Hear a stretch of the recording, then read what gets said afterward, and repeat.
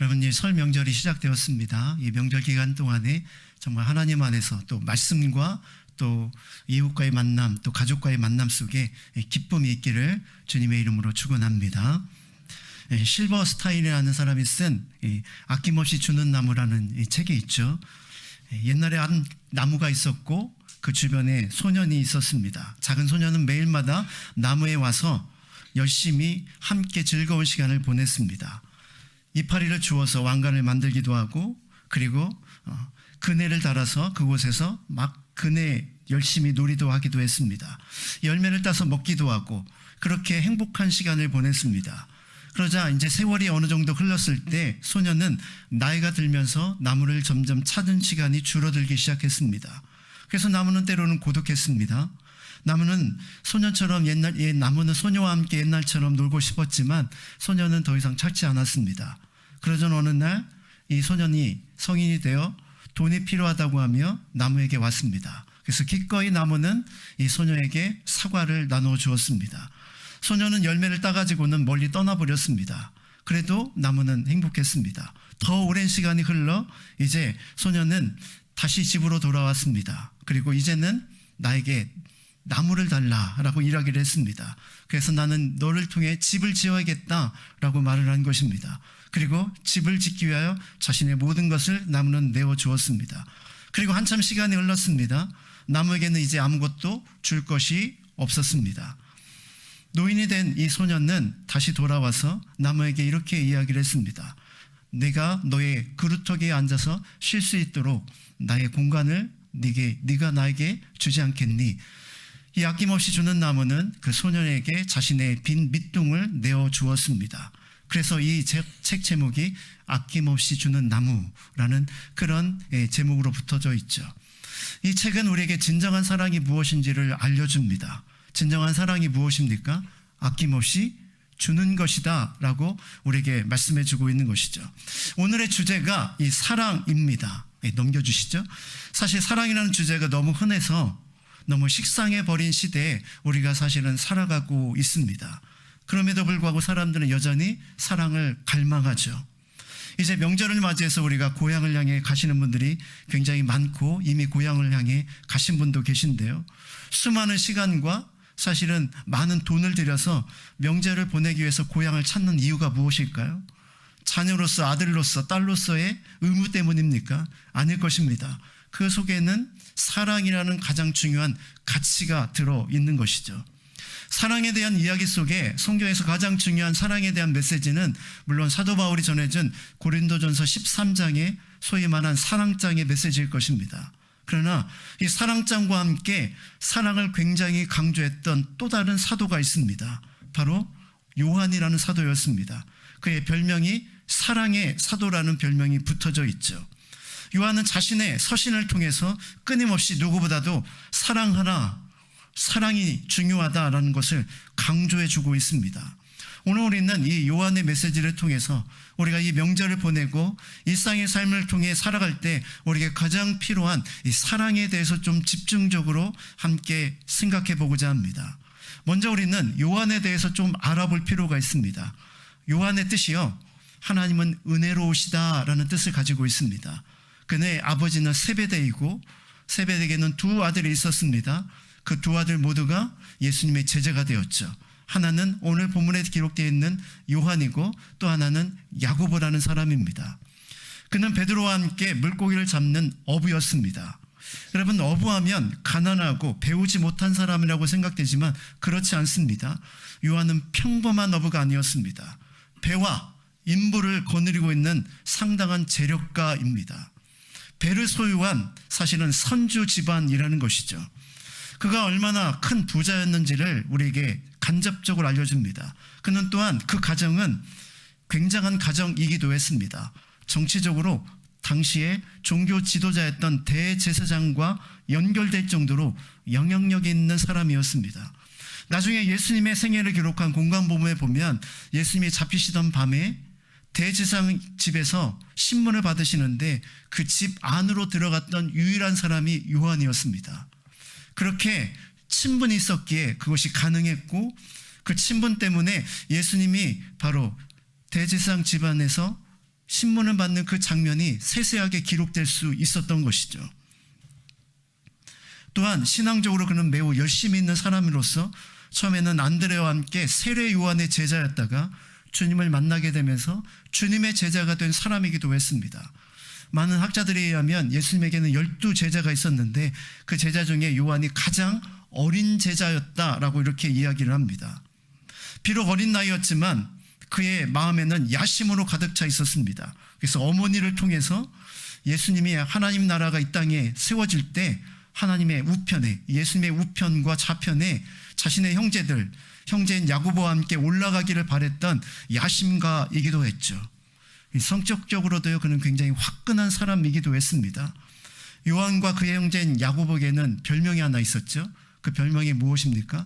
보아너게, 우레의 아들이라는 별명을 가지고 있었습니다. 성격이 화끈하다 못해 활활 타오르는 그런 사람이었다라는 것입니다. 불의를 가만두지 못하고 잘못된 것을 분명히 지적하는 그런 화끈한 성격의 사람, 그 사람이 어리지만 가장 화끈한 성격을 지닌 요한의 모습이었다는 것입니다. 이 요한의 모습이요, 대표적으로 드러나는 장면이 마가복음 9장 38절부터 40절에 나오는데 한번 이 말씀을 한번 좀 같이 한번 보도록 하겠습니다. 있나요? 네. 요한복음 9장 38절부터 40절 말씀을 한번 같이 한번 읽어보겠습니다. 시작.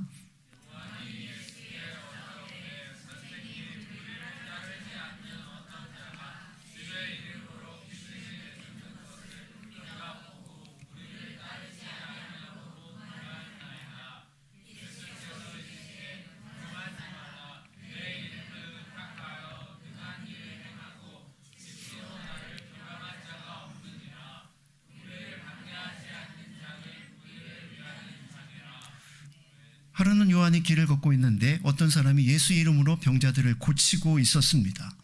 사실 자신들과 함께한 사람도 아니고 예수님을 따르는 제자도 아니었기에 그는 그들을 가만둘 수가 없었습니다. 조금 전에 말씀드린 대로 요한은 불같은 성격의 사람이죠. 그만해, 이 정도로 하지 않았을 것입니다. 얼굴을 불고락 하면서 큰 소리로 아마 당장 그만해, 아마 이렇게 외쳤을 것입니다. 이렇게 그를 혼내고 나서 예수님께 돌아와서 칭찬받을 요양으로 예수님께 이런 이야기를 했던 것입니다. 그때 예수님은 놀라운 반응을 보이죠. 우리를 반대하지 않는 사람은 우리의 편이다 라는 그런 말씀이었습니다. 칭찬 대신 오히려 그의 태도에 대해서 잘못된 것을 지적받게 된 것입니다. 나와 함께 다니는 사람은 내 편, 그렇지 않은 사람은 남편. 이것이 아니라 이런 요한의 가치관에 잘못된 가치관을 깨트려 주신 예수님의 말씀이었습니다. 사실 우리에게도 이런 요한과 같은 모습이 있지요. 우리도 우리 편, 남편을 가르기를 좋아합니다. 특별히 이런 가르는 방식은 문화적인 영향도 굉장히 크다고 합니다. 유목민이 있죠. 유목민은 한 곳에 정착하지 않고 매일마다 옮겨 다니는 사람들입니다.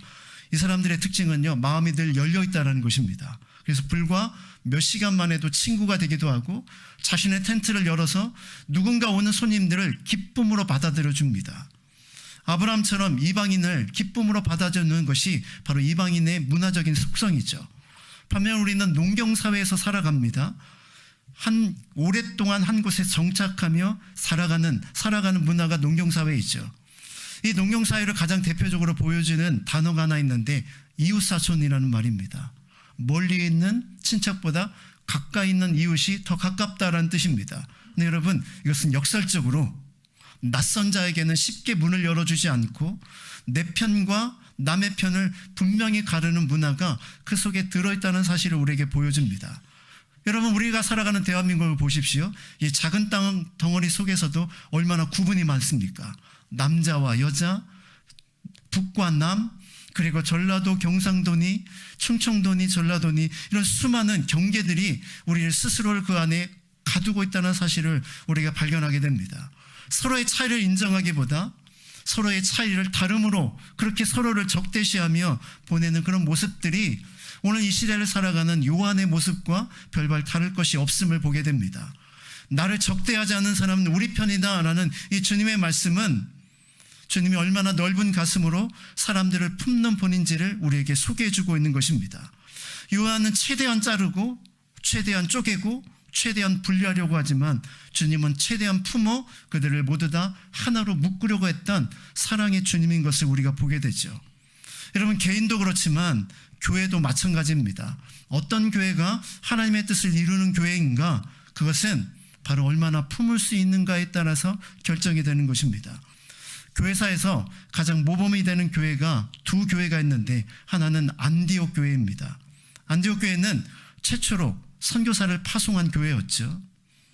예루살렘이 아닌 이방 교회 출신으로서 바로 선교사를, 바울과 바나바를 파송했던 그런 선교의 중추적인 역할을 감당했던 곳이 안디옥 교회였습니다. 근데 이 안디옥 교회는요, 빈, 부, 귀천, 수많은 사람들이 함께 모여 신앙생활을 하면서도 그들은 서로가 하나 되어 하나님의 목적에 분명히 하나 되어 그 일을 감당했던 교회였습니다.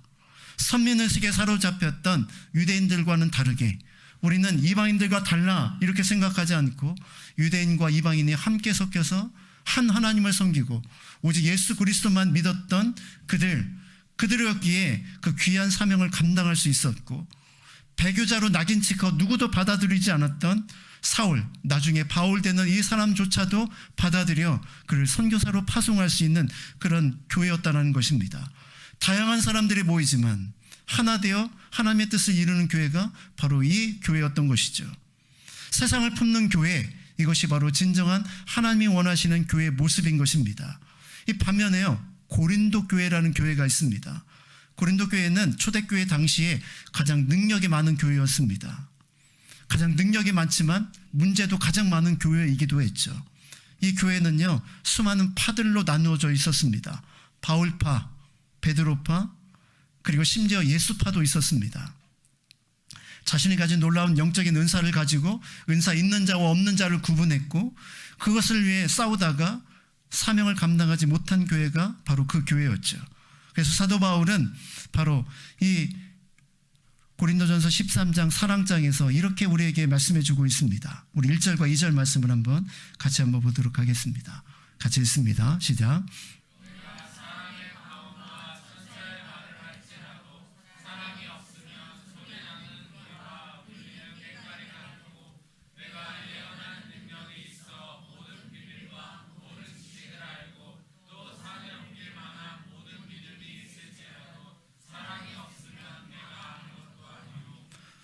고린도 교회를 향해서 너희들이 자랑하는 그 능력이 사랑이 더해지지 않고 사랑이 밑받침되지 아니하면 아무런 소용이 없는 것이다 라고 오히려 역설적으로 사도 바울은 그들을 도전하고 있는 것이죠.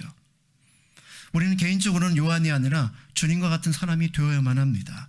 교회적으로는 사랑이 없어서 갈라진 교회, 고린도 교회가 아니라 서로 품어주는 안디옥 교회와 같은 교회가 되어야 하죠. 나와 다른 성격의 사람들, 다른 배경을 가진 사람들을 품어주는 그런 사람이 되어야 하는 것입니다. 사랑하는 자매 여러분, 그렇습니다. 사도 요한, 소위 말해서 사랑의 사도라고 불리는 이 요한은요, 처음부터 사랑의 사도가 아니었습니다. 배척하고 갈라치게 하며 차이를 가지고 다투던 그 사람이 바로 이 요한이라는 사람이었습니다. 여러분, 그렇기에 그의 삶이 이렇게 변화된 것이 사실은 놀라운 따름이죠. 주님을 사랑한다고 했지만 형제를 사랑하는 데는 실패했던 사람이 바로 요한이었습니다. 믿음이 좋다는 그런 자긍심 때문에 믿음이 연약한 자들을 품지 못하는 사람이 바로 요한이었다라는 것입니다. 그런 요한이 어떻게 사랑의 사도가 될 수 있었을까요? 그리고 사랑을 말하는 사람이 될 수 있었을까요? 사실 요한은 축복을 많이 받고 태어난 사람이죠. 아까 말씀을 드렸지만 그는 넉넉한 가정에서 태어났습니다. 넘치는 어머니의 사랑을 받았죠. 그리고요, 인간적으로는 바로 주님의 사랑을 또한 많이 받기도 했습니다. 근데 놀라운 것은요, 그 충만한 사랑이 그를 더 이기적인 사람으로 만들었습니다. 여러분, 사랑을 잘못 소화하면 그 사랑 때문에 더 이기적인 사람이 될 수 있습니다. 그래서 요한은 편협했고 차이를 인정하지 못하며 편가르기를 좋아하는 사람이 되었습니다. 불같은 성격의 소유자가 된 것도 바로 그와 같은 배경 때문일 수도 있다는 것입니다. 그랬던 요한이 변화될 수 있었던 것은 진정한 사랑을 만났기 때문이었습니다. 요한의 이기적이고 남을 돌아보지 않는 그 연약함까지도 품어주는, 그래서 그를 위해서 자신의 목숨까지 내어주는 주님을 만났기에 그가 바로 이 사랑의 사도로 변화될 수 있었던 것입니다. 근데 여러분, 요한복음에 나오는 요한과 나중에 기록된 서신서, 요한이 4개의 서신서를 쓰게 되는데 요한 1, 2, 3서와 계시록입니다. 이 계시록에 나오는 요한의 모습이 너무나도 달라서 많은 학자들이 이 요한복음에 나오는 요한과 뒤에 나오는 요한이 같은 사람이 아니다라고 주장하기도 합니다. 왜냐하면 너무 틀리기 때문이죠. 근데 여러분, 이것은 역설적으로 요한이 예수님을 만나서 얼마나 변화됐는지를 우리에게 선명하게 보여주는 것을 보게 됩니다. 주님의 사랑이 요한을 어떻게 바꿔놓았을까요? 주님의 사랑이 첫 번째로 그를 겸손하게 만들어 주었습니다. 신약성경을 쓴 사도 바울은 서신서에 자신의 이름을 명확하게 기록해 놓았습니다. 나 바울은, 이렇게 명확하게 기록해 놓았습니다. 근데 여러분, 요한이 5개의 서신을 쓰는데 요한복음과 요한 1, 2, 3서, 계시록을 쓰게 됩니다. 그런데 이 5가지의 바로 성경 중에서 자신의 이름을 언급한 것은 단 한 곳도 없습니다. 그죠? 그는 다른 제자, 주께서 사랑하시는 자, 자신의 이름을 다 지운 채 이런 표현으로 자신을 그저 이렇게 쓱 흘려보내고 있을 뿐입니다.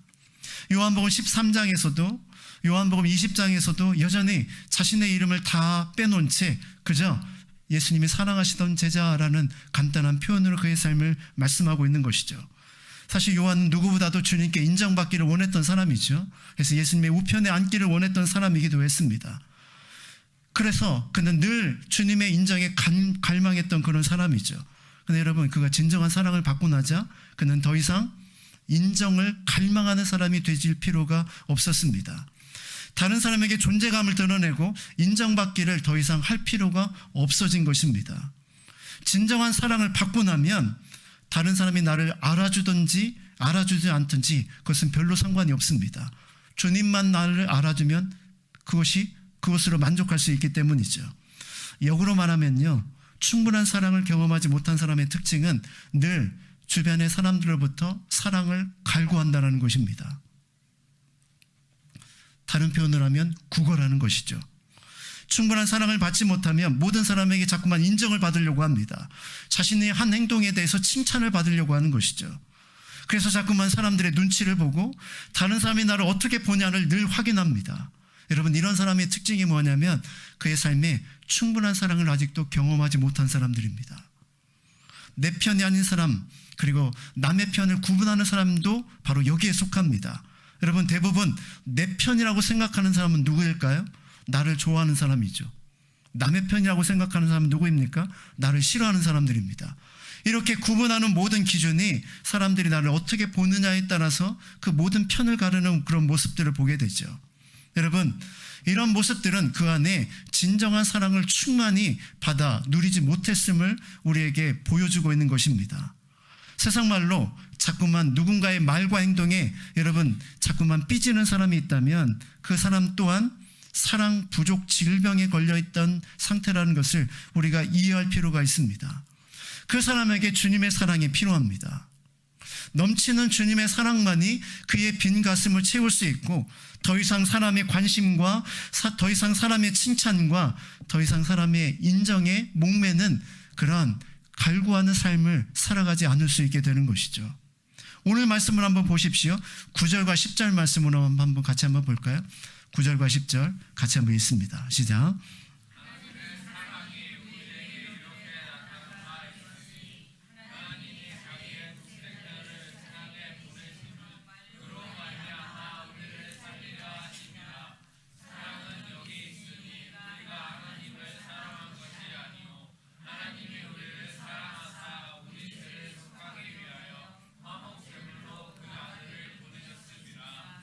사랑이 여기 있으니 내가 주님을 사랑하는 것이 아니라 주님이 나를 사랑하셔서 나의 죄를 속하게 하여 화목제물로 자신을 드리셨다라고 이렇게 말씀하고 있습니다. 요한처럼 잘못된 욕심과 편가르기를 좋아했던 치워지지 않는 사랑을 갈구했던 요한조차도 하나님께서 주신 그 놀라운 주님을 통한 놀라운 사랑을 경험한 후에 그는 인생이 바뀌기 시작했다는 것입니다. 더 이상 주님 아닌 다른 사랑을 갈망할 필요가 없게 되는 것이죠. 넘치는 사랑이 그의 삶을 이렇게 바꾸어 놓은 것입니다. 요즘 자꾸만 짜증이 나고 상처가 자꾸만 생각이 나고 문득문득 화와 분노가 올라온다면 여러분, 누군가 하는 그 말 때문이 아니라 내 안에 사랑이 메말라가고 있음을 우리가 확인할 필요가 있습니다. 누군가 해주는 그 말 때문이 아니라 그것을 소화하지 못하는 내 안에 사랑 결핍이 더 큰 문제일 수 있다는 것입니다. 자, 그렇다면 내 안에 이런 분노와 원망 그리고 짜증이 자꾸 일어난다면 우리가 해야 될 일은 분명하죠.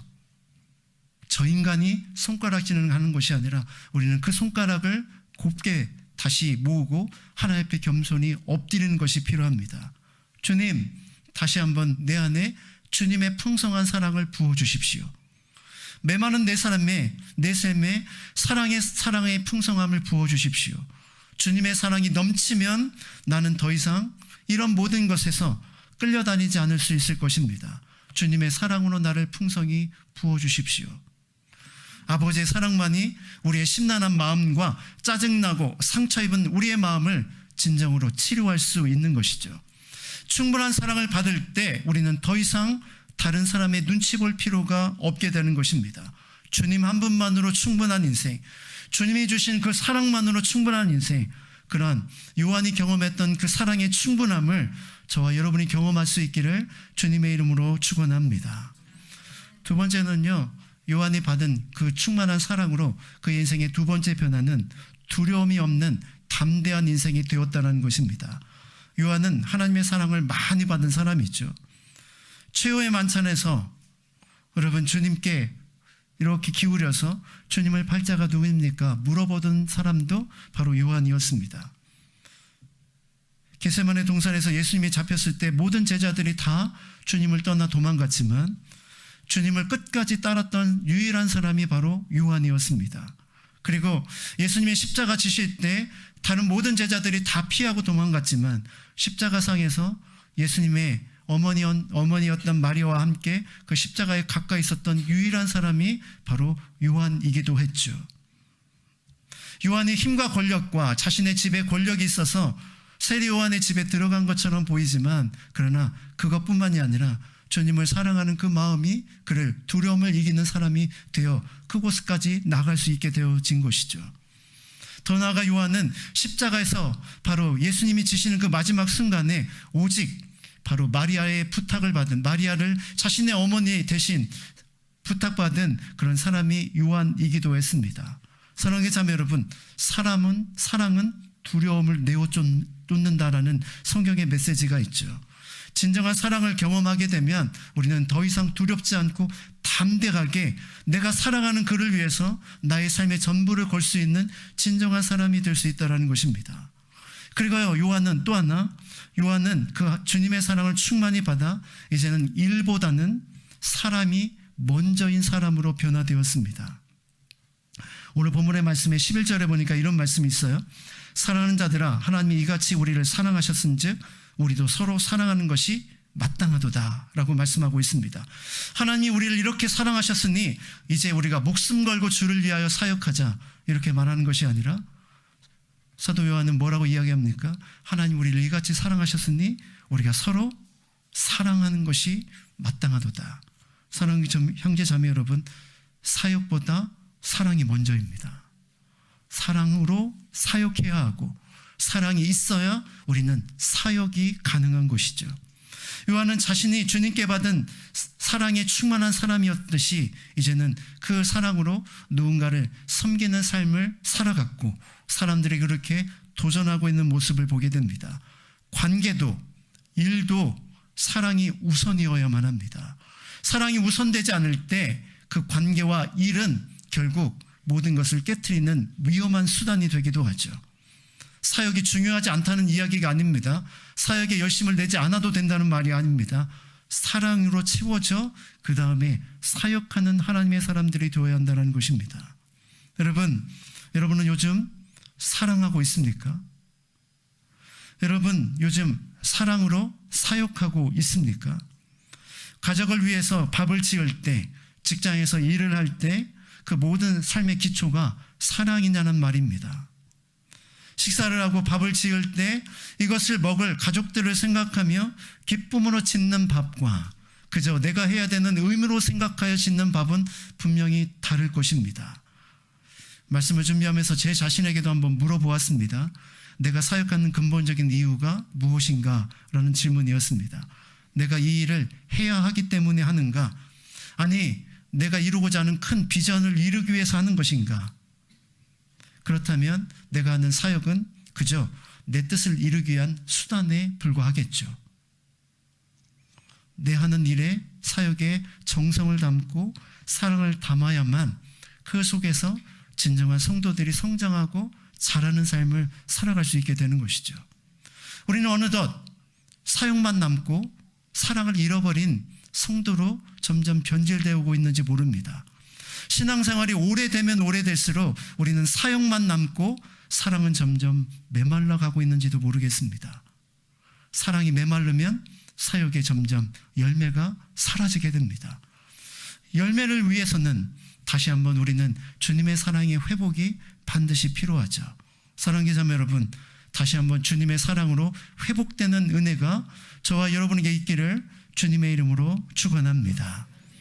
요한은 이렇게 가장 젊은 제자 중 가장 젊은 제자였지만 주님의 사랑을 받아 변화되어 바뀌기 시작했습니다. 그리고 우리가 잘 아는 것처럼 예수님의 12 제자 중에 가장 마지막까지 남아서 사역했던 제자가 요한이기도 했죠. 요한은 에베소 사역을 했는데 그곳에서 주님의 말씀처럼 주님이 부탁하신 마리아를 모셨고 도미티안 황제의 핍박 속에 반모섬에 유배되어서 우리가 잘 알고 있는 계시록을 기록하게 됩니다. 감옥에 갇혔지만 그는 열린 하늘을 바라보며 하나님의 뜻을 깨닫는 영광을 경험하기도 하죠. 형이었던 야고보가 제자 중에서 가장 먼저 순교를 했습니다. 12 제자 중에서 첫 번째 순교자가 야고보였습니다. 반면에 요한은 주 98년경에 평화로운 죽음을 맞이했습니다. 다른 모든 11명의 제자들이 순교했지만 요한은 순교하지 않고 인생을 다 살고 하나님의 부르심을 받았습니다. 순교만이 유일한 하나님의 영광을 이루는 것이 아니라 한평생을 살아가며 끝까지 사역했던 그는 또 다른 순교의 삶을 살았던 것이죠. 여러분, 이 요한이 전해주는 메시지 중에 우리가 붙잡아야 될 중요한 두 가지 메시지가 있습니다. 똑같이 3장 16절 말씀입니다. 우리가 너무나도 잘 아는 요한복음 3장 16절과 또 한 곳에 나오는 요한 1서 3장 16절입니다. 한번 이 말씀을 한번 볼까요? 제가 요한복음 3장 16절을 읽을 테니까 여러분들 밑에를 읽어주십시오. 하나님이 세상을 이처럼 사랑하사 독생자를 주셨으니 이는 그를 믿는 자마다 멸망하지 않고 영생을 얻게 하려 하심이라.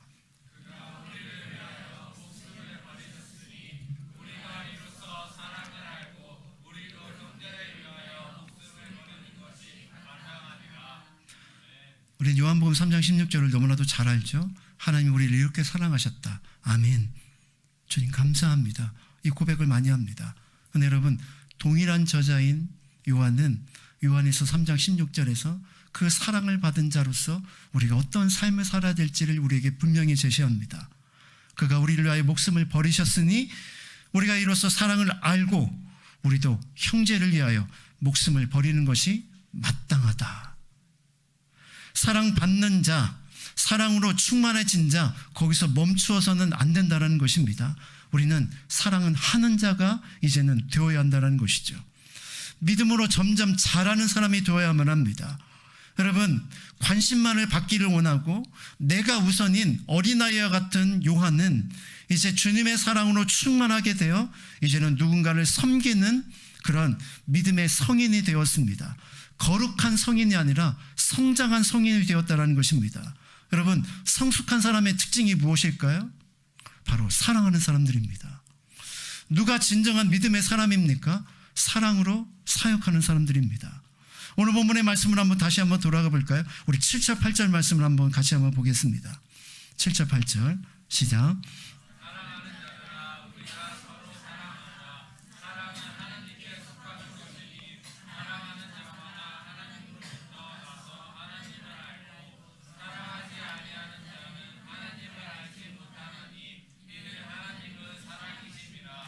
요한은 하나님이 사랑이다 라고 선포합니다. 근데 그 사랑의 하나님을 어떻게 알 수 있느냐? 여러분 어떻게 할 수 있다고요? 사랑하지 아니하는 자는 하나님을 알지 못한다. 뒤집어 보면 사랑하는 사람만이 사랑하는 주님을 알 수 있다라고 말씀해 주고 있습니다. 요한은 사랑하라고 말합니다. 사랑할 때만 우리는 하나님을 깊이 알 수 있기 때문이죠. 지식적인 알미 아니라 삶을 통해 하나님의 사랑이 어떤 사랑인지를 우리가 체험하게 된다는 것입니다. 하나님의 사랑이 어떤 사랑이죠? 죄와 허물로 죽었던 우리를, 원수됐던 우리를 품으시고 우리를 용서하시고 싸매시며 그 다 모든 것을 품어내신 사랑이 하나님의 사랑입니다. 그 하나님의 사랑의 크기가 얼마나 큰지 우리는 도저히 이해할 수가 없죠. 근데 여러분, 우리가 그 하나님의 사랑을 조금이라도 이해하고 경험할 수 있으려면 누군가를 위해서 사랑으로 헌신해보고, 누군가를 위해서 내 삶을 쪼개어 나누어보고, 그리고 견디기 힘든 그 고통 속에서도 누군가를 섬기는 그 사랑의 헌신 속에서 주님이 나를 어떻게 사랑하셨는지를 알게 되죠. 저 사람도, 저 같은 사람도 내가 사랑해야 되는가? 그렇게 우리가 고민에 빠질 때마다 주님은 이렇게 말씀하십니다. 너 같은 자도 내가 사랑했다라고 말이죠. 저 사람은 도저히 품을 수 없습니다 라고 말하는 우리를 향해 주님은 말씀하시죠. 나는 너 같은 사람도 품었다 라고 말씀하시는 것입니다. 원수를 사랑하라는 놀라운 메시지가 있죠. 주님, 어떻게 원수를 사랑할 수 있습니까? 원수인 너를 나는 사랑했다. 주님은 우리에게 말씀해주고 있는 것입니다. 사랑하는 형제 자매 여러분, 혹시 여러분에게 지금 자꾸 품으라고 주시는 사람들이 있지 않습니까? 내 생각으로는 도저히 품을 수 없고 이성적으로 생각하면 도저히 받아들일 수 없는 사람들이 있습니다. 왜 주님이 자꾸만 저 사람을 나에게 붙여주시고 보여주시는지, 아니 내 옆에 두게 하시는지 우리는 이해할 수 없죠. 그때 여러분, 오늘 이 말씀을 기억하시길 바랍니다. 나를 알려면 저를 섬겨야 돼. 나를 알려면 저를 사랑하면 내가 너를 얼마나 사랑하는지를 비로소 알게 될 거야.